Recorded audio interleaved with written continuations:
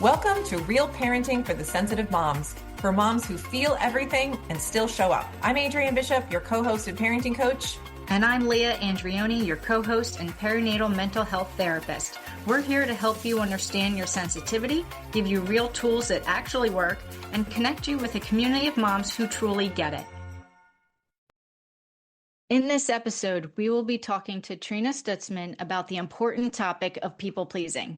Trina is not a guru on a mountaintop. She's a guide by your side. A recovering people-pleaser herself, Trina uses her mess to deliver a message. The world needs you, not some watered-down version. She's the author of 12 Steps to Overcome People-Pleasing and a wellness-focused life and executive coach who helps women drop the hustle, ditch the people-pleasing, and step into joy, freedom, and flow. With a mix of humor, heart, and hard-won wisdom, Trina empowers individuals to stop lying, tell the truth, and live boldly as themselves. Thank you, Trina, so much for coming on. Obviously, I love talking with you about this topic, but could you first tell our listeners, what is people pleasing? What does that look like? How would we know if we're a people pleaser? Thank you for inviting me. It's just an honor to be here and to be a part of your community and share my wisdom. So yeah, I kind of define people pleasing as prioritizing other people's well-being over our own. So we are constantly not making ourselves a priority. I've been accused of teaching selfishness, but I really say I'm teaching people how to have a self. So places where we are not honoring and valuing and loving ourselves as much as we love other people. That can look like a lot of different things. From my book, I described 20 characteristics, and I'm just going to quickly read those, and maybe you'll identify with some of those. Overly accommodating, walks on eggshells around others, plays the martyr, feels like you never get to do what you want, obsesses about others, agitated thinking, neglectful, passive-aggressive, avoids conflict, overgives. Others tell you that you're too sensitive, which is our topic today, highly sensitive moms, and overthinkers, judgmental, has high expectations for self and others, afraid to speak freely, feels stuck, thinks everyone knows better, feels like no one ever listens, needs validation, and avoids appearing needy. I find those to be some of the most common ones. Of course, they can be characteristics of other conditions that we have, but people-pleasing is really not honoring and valuing ourselves as much as we value and honor others. That makes a lot of sense. And I'm curious, where does this tendency to people please come from? It can be based in trauma, so I'm careful around that when I say that people pleasers are liars, because it is a trauma response. I do believe it's not a personality trait. I do believe it comes kind of from our nervous systems and from that highly sensitive. I think we're very intuitive folks, that we're always kind of hypervigilant. I like to use the word hyper because I think we can tend to be constantly scanning, always kind of looking for ways that we can please others. And I think a lot of times it comes from cultural and religious backgrounds, upbringings. Many of us have, seen it modeled in our families of origin, these women who tend to overplease. And I like to think of that word overly as a word that we use frequently in people pleasing. We can be kind and generous, but it's when we're overly kind and overly generous to the expense of our well-being that we get ourselves into trouble. Yeah, it's like when you are sensitive and you're noticing everything. So you're noticing everyone's reactions, even if it's subtle, like in their facial expression or in their tone. And you're interpreting that as something that may not be actually true or there, but since you're noticing all of it, you're more sensitive to maybe not having it happen or causing it to happen, because it can be very uncomfortable. So it makes sense that if you're more sensitive, just having the awareness of what's happening around you can increase your sensitivity to how people are responding to you. I have people that I know that will just miss all those cues, and they tend to not be as people pleasing, right? They tend to not be as overgiving, like you were saying, because they just doesn't bother them because they don't notice it. Right. And we're always trying to make a connection. What does it mean? We're always putting labels to things that we see and what it means for us. We're kind of like I said, the hyper-vigilant, hyper-focused on how we can be helpful and how we can be kind and how we can be loving and pleasing. Those are all good things, but when they become things that we do in excess, is when our well-being is affected. Yeah. Would you say, because you also said a trauma response, do you see the people pleasing as a nervous system response? because our nervous system is being activated when we're being very hyper aware of everything. Would you say more of a nervous system response rather than, say, a personality trait of somebody? I think it's a learned behavior, whether that's from trauma or from culture or from religion. I think it's something that sensitive souls tend to pick up. And, we kind of lose ourselves in that pleasing.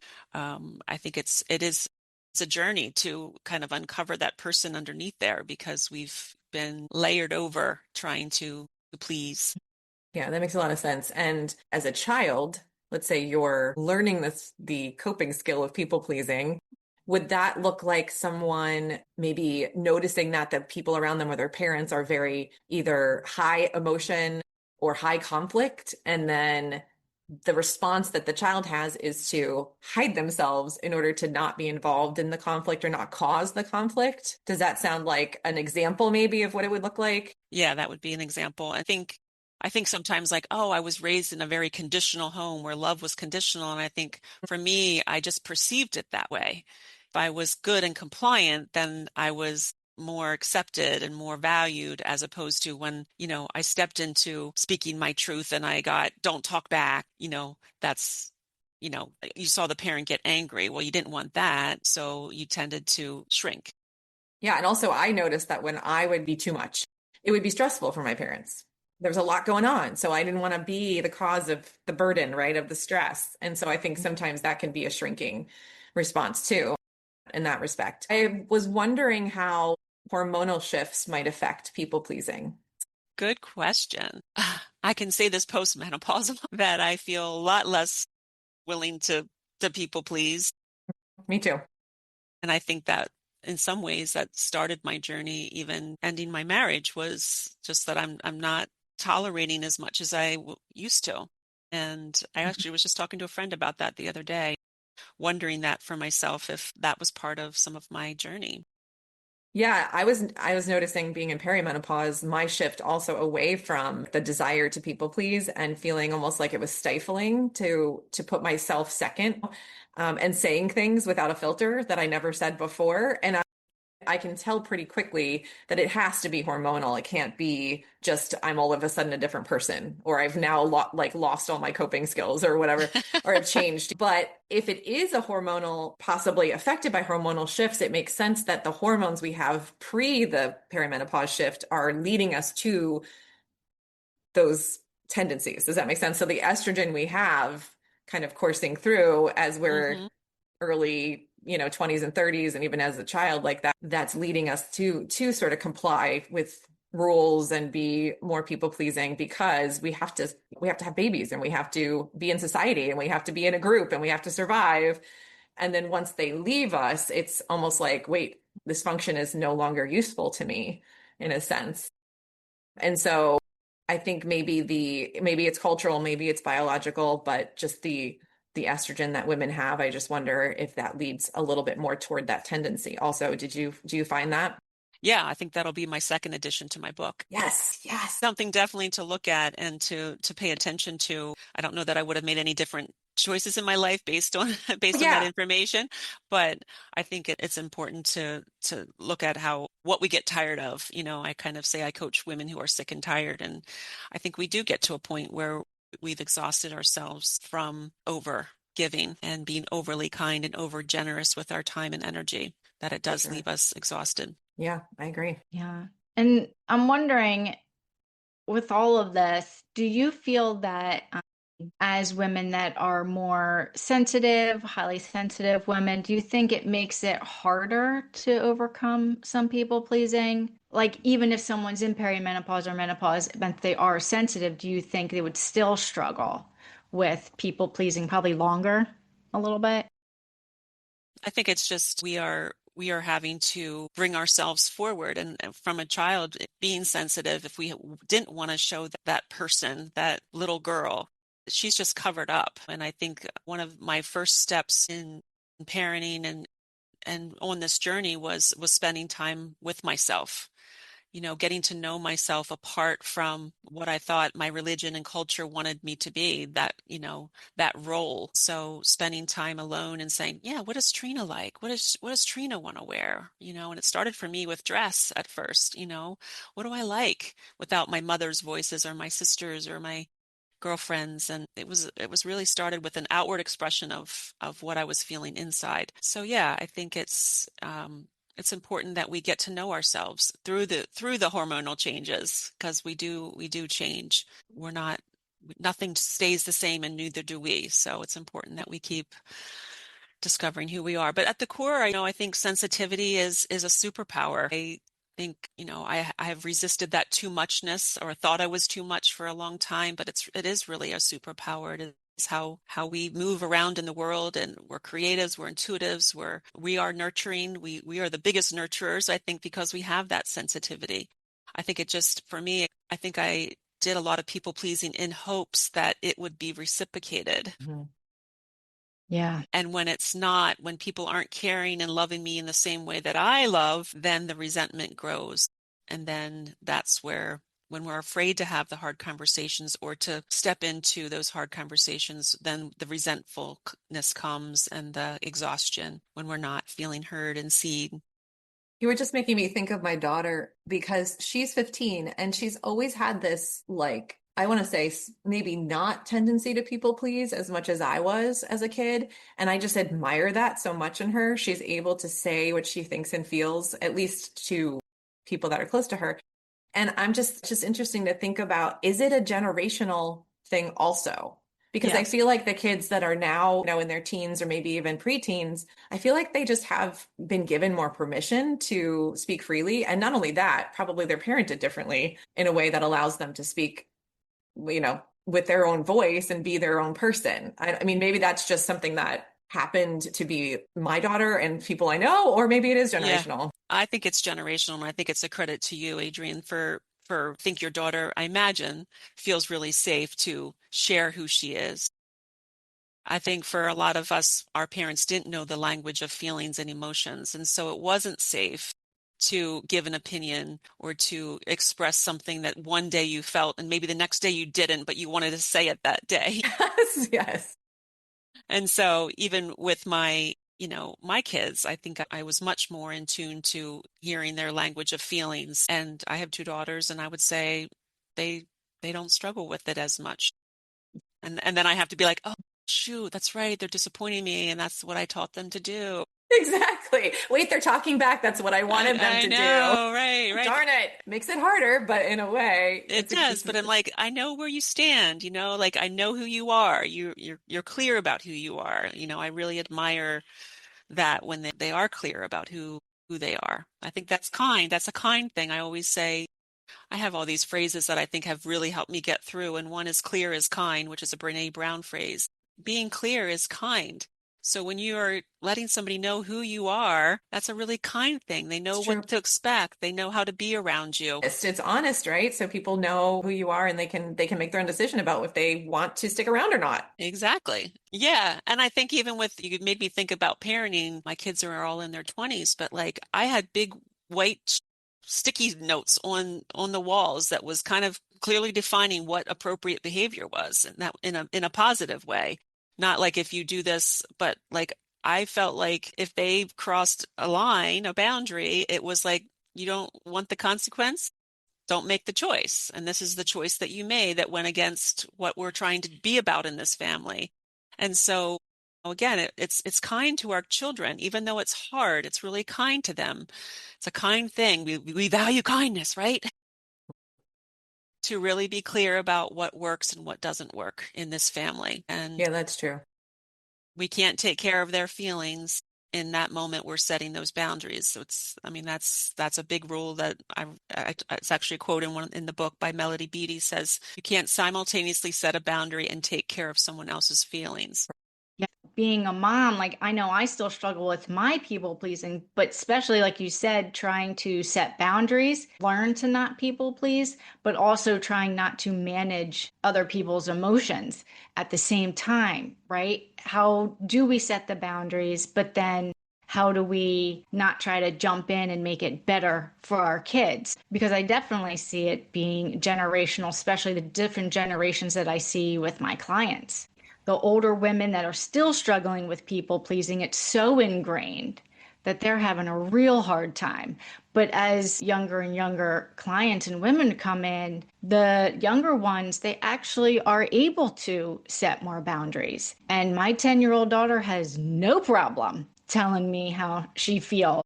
And I tell her all the time, I want to be you when I grow up, because she will be honest, with Yeah, me, with her friends, and most of them will be honest with her. that's Um, awesome. Love that. yeah, yes. So I'm just wondering, with mothering, I imagine it makes it, intensify our people pleasing because it's so hard to not try to manage our children's emotions and possibly our partners, or most likely our partners also. Yeah, It's a lot yeah, of managing emotions yeah. and trying to make everything calm and peaceful, Well, it's right? not always going to be calm and peaceful. I know. But we I want it to be. I know, I know. I think that the things that helped me get through the most with parenting kids and boundaries was that the more upset they got, the more I realized that they were probably taking advantage of one of my lack of boundaries. So the bigger the tantrum, the more I could say I was doing a good job. And so that was kind of like this needed to happen, so to speak. Not that I was heartless, but it was kind of like I knew that it was going to pass, right? It usually does. And in those moments, I always kind of say, you need a plan. I need a plan for when we do disappoint someone. How are we going to deal with that guilt? Yes. What are our go-to things when our nervous systems now are disrupted? What are your go-to things? Right. That's true. And for me, it was a lot of little slogans: choose discomfort over resentment. I would say, things like feelings are the keys of the piano. She's just playing a dark tune right now. It's just things that would just help me to realize is that this is going to pass, right? This feeling is gonna fade. Soon she'll be happy again, or they'll be happy again. But this is for their benefit. And I always thought of it, raising kids, as kind of like they were in training camp. They're in training camp, and I want them to make mistakes here while they have a coach. Yeah, so let's figure this out together. Let's figure it out together. One of the questions is about, what role does guilt play in keeping us in people pleasing? But in some of your affirmations and mantras that you use, it sounds like it's trying to remove that feeling of guilt. Like, oh God, they're having tantrum. I did something wrong. Now I need to go back to the people pleasing. Right. So I Right. feel like that guilt is a motivator to stay within people pleasing. And how do we help women move away from feeling guilty when they're Hmm. holding the boundaries, or just trying to change up what they're doing? Yeah. Well, I think guilt comes from I'm doing something wrong, but according to who, right? According to who am I doing something wrong? And the big thing of my book and step one is the shoulds. Yes. So who is holding the measuring stick? One of the books I bought at my kids' book fair, a book called Confessions of a Slacker Mom. And I reread that book a lot. It was about a mom who had boundaries and wasn't doing all the things that she thought that she should do. She called herself a slacker mom. I don't think she's a slacker mom. She's kind of a hero mom, but that was the name of the book. And it was kind of heartwarming too. I share in my book when my son gave me a t-shirt for Mother's Day one year. And at first it startled me and made me a little upset, but it was a t-shirt that said, "World's okayest mom." Interesting. We work so hard to be this super mom, but sometimes that super mom is overrated, because Yes. if you're people pleasing and you're the world's greatest mom, maybe you don't have the best boundaries. No judgment, but it was kind of endearing to be like, you know what? It's okay to be the okayest mom. And what does that Yeah. even mean? Yeah, I Yeah. love that. I was thinking about, dads and how the expectations are so different for them. And maybe that's something we can think about as maybe a goal is to have the same expectations for women as for Yeah, men. I mean, I think guilt says that we're doing something wrong, but there's most likely a should behind that, right? The shoulding. I should Hmm. I should be being the PTA mom, one of the things that I didn't allow my kids to do, or my husband at the time agreed that we wouldn't allow our children to play organized sports until they were 10. Mm. But I knew when my oldest was 10 to play, would have an 8-year-old, a 6-year, and a 3-year-old. And if I would allowed him to play 4 years earlier, I couldn't be schlepping around kids. So again, it's, I think really for women, what kind of family do you want to have? And then make that be your goal, Yeah. not what it should look like. Gosh, that's such a big one right now, especially with sports and activities. There's so many expectations around what you're supposed to do and what you need to do Yeah. to make sure your kid has a Yeah. leg up and, gets to the place they need to be. And it is so much pressure and stress I on the bet. parents. I mean, way more than the kids. I have clients who have a 5 and 3 and 1 year old, and the 5 year old's in like 4 sports, and they're carting the 3 and 1 year old around, and they I can't both work full imagine. time. I can't imagine. And I'm just like, you guys might want to think about the fact that like he's 5 and he's got more years of this in your house. So maybe we think about taking the pressure off of ourselves and really, like you said, what do I want my family life to be like? Do I want to be constantly on the go, or do I want to have rest? Do I want to be able to have relaxation time and connection time and not just being going back and forth and trying to throw dinner on really quick, which of course we're going to do that sometimes. It's going to happen. Yeah. There's Yeah. times in our lives where that's going to Right. happen, Right. but does it have to be at 5, 3, and 1? Or can it be delayed a little? So I like that. I like that you guys really thought about it and made a decision to wait. I mean, I that's mean, pretty it was cool. hard. It was hard, but it's like, what at the end, what do you really want them to do? Do you want them to get a scholarship for that sport? Then do it. Or I would also say for parents, like it's almost more advantageous to put them in a camp for 1 week in the summer True. and get it Yeah. all out in one week, Yeah. what they would do in a whole season. Right. Because you don't even have to be there for most of that. You don't have to, and it's childcare. It's childcare. Hmm. I love that. But yeah, I think it's just like the idea of there's expectations that maybe there's alternatives to, and we Yes. can really think outside the box Yeah. with the idea of if we're not trying to have it look a certain way or be fitting into to a mold, what is it that we as the mom or as the dad or the couple really want? Yes. What is it Yes. with? And I feel like it's really difficult to actually tap into that sometimes because you're not even aware you're not doing that. You're just kind of going with the flow and doing what everybody else is doing. And I think now that I have older kids, I'm like, I cannot do that. I have no Yeah. capacity for this. And I think Yeah. part of it's perimenopause, but part of it's just burnout. I've been doing it for too many years and I'm not able to do all these extra things that the sports require. So I can only do so much. And I think as younger moms, I think it's easier to just say, well, it's okay. We'll figure it out because you're not quite there with the burnout yet. Or I think involving the kids in this situation, I was thinking about, birthday parties, like, yeah, you got invited to three, like, I'm willing to buy a gift for one. Are you willing to use your money to buy one? Like just things like that, where like they have some ownership, like you were saying, Adrienne, what are you willing to do? That's what people pleasing is. Like, I know what Kate wants. I know Kate wants to go to that party. What do I want? And again, teaching them like I am willing to do that after you take care of this. It's not that it's not a no, but I think we have to realize that we have agency and choice. And I think so much we just go along because of the guilt or because it's everybody else is doing it. But again, it's that intentional, making intentional choices for your kids. Yeah. What's best for them. Also, there's a lot of disappointing your kids if you say no. And I think that's the biggest issue for me as a people pleaser to watch them just like crumble or get mad at you or me, right? That's another thing that, like, as sensitive people pleasers, we just don't want anyone mad at us ever, especially our kids. We never want them to feel bad, even though we know consciously that that's a good thing and it happens and we can't control it.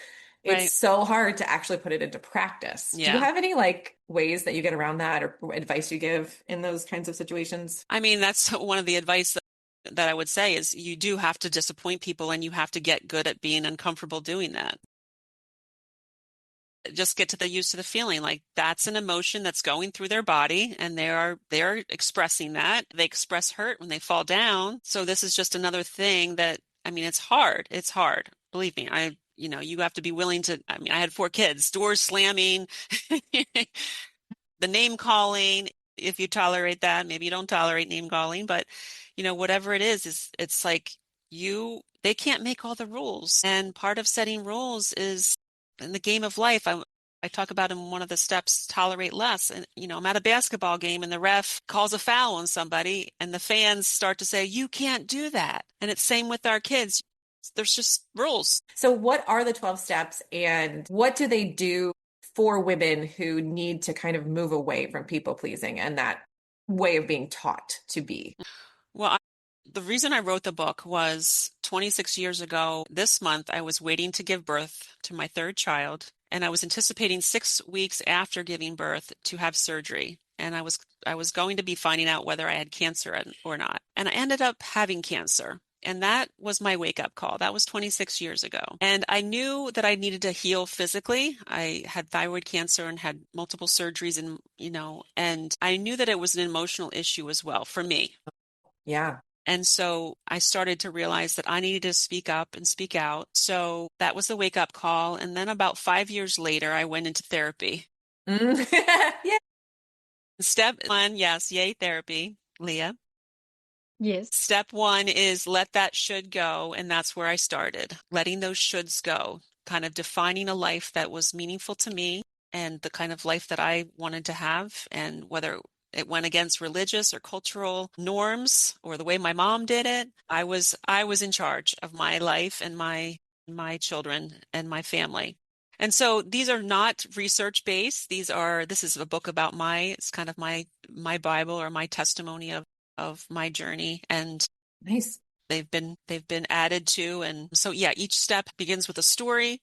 It has reflection questions, has a freedom toolkit in it with some practical ways to practice that step. Yeah, the steps, I think, if I would start with one, it would obviously be the shoulds. I think the biggest thing that a woman can do is start to become aware of where she may be shoulding on herself and where she may have choice, and to recognize that she does have choice. So starting with really just pausing, that pause with the request. I know with multiple kids, each of you are probably bombarded every day with requests. We have Oh, yeah. requests coming at us all the time.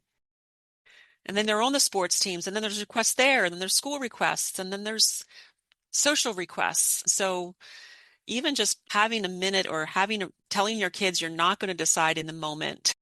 Right. That you need a couple hours, even that they're clear about that.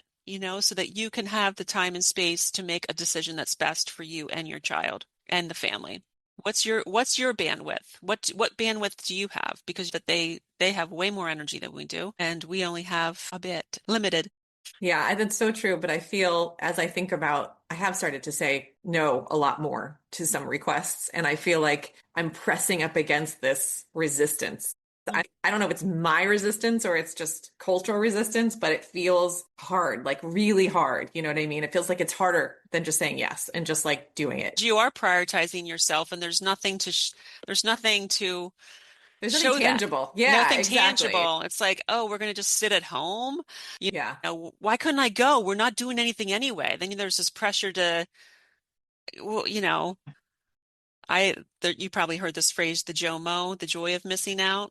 Oh, yeah. I mean, that's the thing. It's like the intangible is that you feel better, and it's not something that your kids are going to be like, oh, great. Yeah. That's perfect. Good reason, Yeah, exactly. And that's what's so hard, because they're not, we all are used to, I'm used to being on the go, doing something exciting, or yes. What Oh did my you gosh. do this weekend? And Yes. you sat around, you played games, you rested.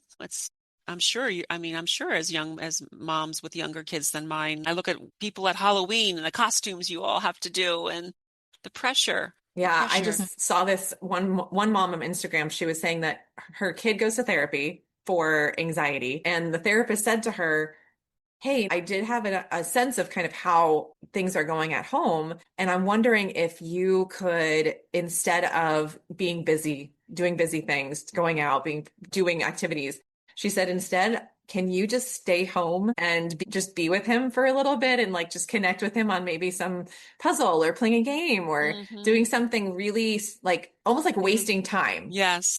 And we consider wasting time. Yeah. What we consider wasting time, Right. And the mom was like, she did it. She's like, and it was the best thing they ever did together. Because I feel like even as a mom too, especially on the weekends, sitting down and like I don't know, playing Wordle with my kid feels like sometimes like I'm wasting time and I need to be more productive and all these things. It's so useful for them to have that sort of downtime with you. That's like there's no agenda. There's nothing that they have to rush to or do or be or anything. And I think that's something that maybe we can incorporate a little more. I can for sure. Just kind of thinking about that is definitely an expectation that we're putting on ourselves to not ever really have any downtime or wasting time in a sense, but I think Right. that's useful. One of the phrases that I liked from a psychological point of view, it's rules without relationships lead to rebellion. Yep. So, Connection. it was important to me, and again, thinking about choices, that relationship part, like that woman on Instagram. I mean, that's building a relationship. So thinking about what are the things that will build a relationship. So when the rules come, there's a relationship there to hang its hat on. Yeah, and I always say like the parents I work with sometimes are so intent on just like getting not necessarily on purpose getting stuff done, but like they have to get out the door or they have to get the dinner on the table. They have to and I say sometimes to them, how much time do you spend just talking about things that you need to do or doing the things you need to do versus just having a conversation? Like, Hmm. is it always about the stuff we need to get done, or is it just being in Yeah. relationship? Like, is Yeah. there a connection piece there? Yeah. And it's so easy to sort of forget about that and to like not prioritize it. But if you prioritize connection, which is like pretty much what my coaching business is based on, you Right. have much more likelihood of getting more of a, I want to say like not rule followers, but you have people that are going to cooperate. You have kids that are going to be willing to work with you because you have a good relationship with them. So Right. always in a way, if we prioritize good relationship, it always pays off, I think. I mean, it doesn't feel good if you're the always the enforcer, right? You want to enjoy them. Yes, exactly. And Yeah. I found that as the fourth one came along, I tended to do a lot of what the older kids wanted, the three older ones. But then as I evolved, I started getting more into dance and art, and it was like I incorporated my younger and the others into more of what I wanted to do.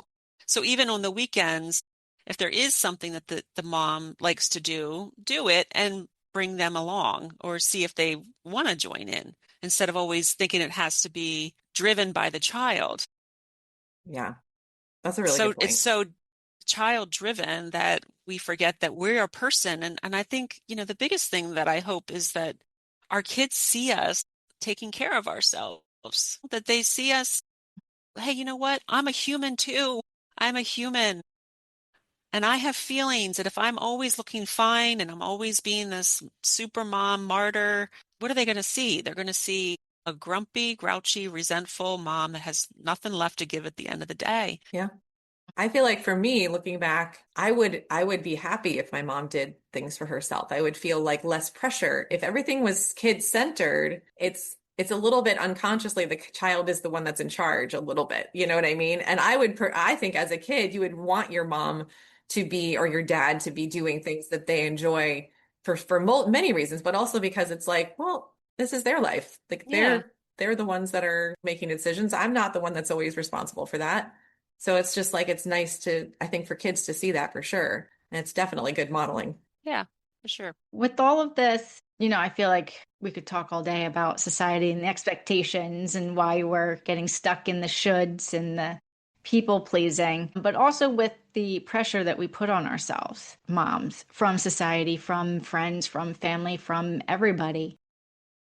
If someone wanted to work on the steps, take your book and work on it, how would you suggest to them to do this, but without taking on more pressure? To then think of this as more as of a to do, right? I'm going to read this book. I'm going to go through Right, this and right. I love it. I work with it with my clients because it is like a journal also with the reflective questions, but taking that pressure off of themselves and saying, this isn't something that we need to add to our to do list.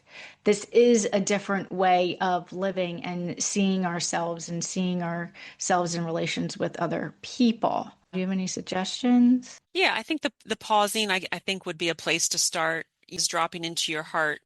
And step seven, drop into your heart, where I feel like people pleasers were so in our minds, which is a good place to be, where we are intuitive and sensitive and But there's also the heart piece where when our bodies are relaxed, talking about that trauma response where we feel safe, then our mind can relax. And so whatever that looks like for you, and I always say, even if it's a pause can be 10 seconds, a pause can be a minute, a pause can be 5 minutes, but just some place where you can even just speak something gentle to yourself, just to, being gentle, I think, because we are high achieving women. People pleasers do hold a lot. We hold everybody's emotions as well as the weight of the world, but it's really a journey of gentleness and compassion for ourselves, as much gentleness and compassion for ourselves as we have for others. As much gentleness as we have for others and compassion. Adrienne, I was reading your website and I'm sure you have some amazing tools for children to honor their feelings we have to do the same. We have to have space and energy to do that personal work, which I know you have and I have, and I know Leah has as well, to do the personal work. Even if that's the thing that you tell your kids you're going to do. I'm going to therapy to learn more about the language of emotions so that I can be healthier.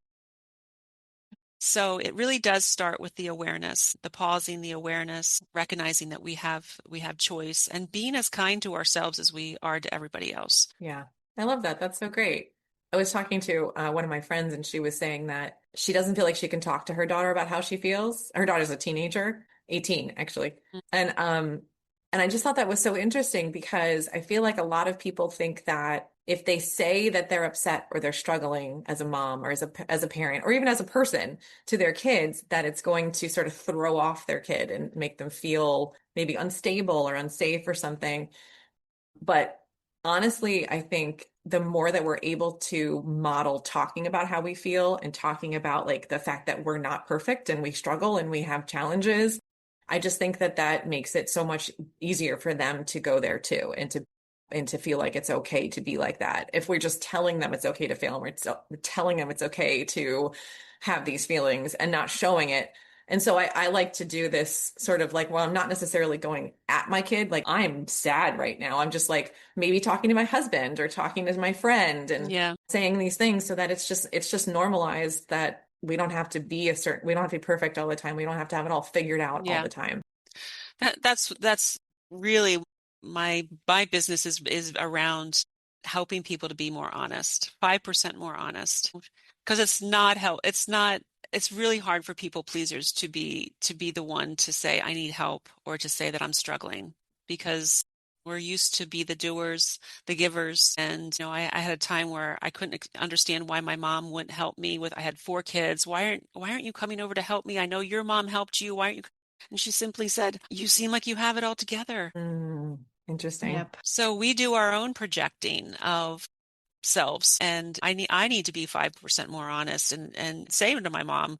I could have said to my mom through the years that I am struggling. I know I don't look like I am, but I am. So look out for those friends of yours that look like they have it all together. Yeah. Nobody does. Nobody does. Nobody does until it crashes down. They're like, what? Yeah, Why didn't you exactly. tell us? I know. So don't do that. That's why I wrote the book. I love that. Yeah. And where can people find your book and find more information about you if they want to work with you? My website is trinastutzman.com, and my book is on Amazon and where books are sold, even at Walmart. Nice. That's So, awesome. Yeah, yeah. we'll link it in the show notes also so that they can just click on the link, and any handles or anything social media wise, we could link to you too, and just make sure people can reach out to you and connect if they want to learn more, because I think this is a really important topic and something that I struggle with and a lot of I think people that are listening also struggle with. So I think it'll be very helpful. Well, let's make ourselves a priority. We're as important as everybody else. And so when we continue to make other people a priority, we suffer, and they don't get the best of us. They really don't. They think they're getting the best of us, but it's not the best of us. Amen. Right. Love it. Thank you All right. so Thanks, much for this ladies. conversation. Thank you so Thanks. much for coming on. Yes, It thank you, was a Trina. pleasure. It's been an honor. Thank you. Take care.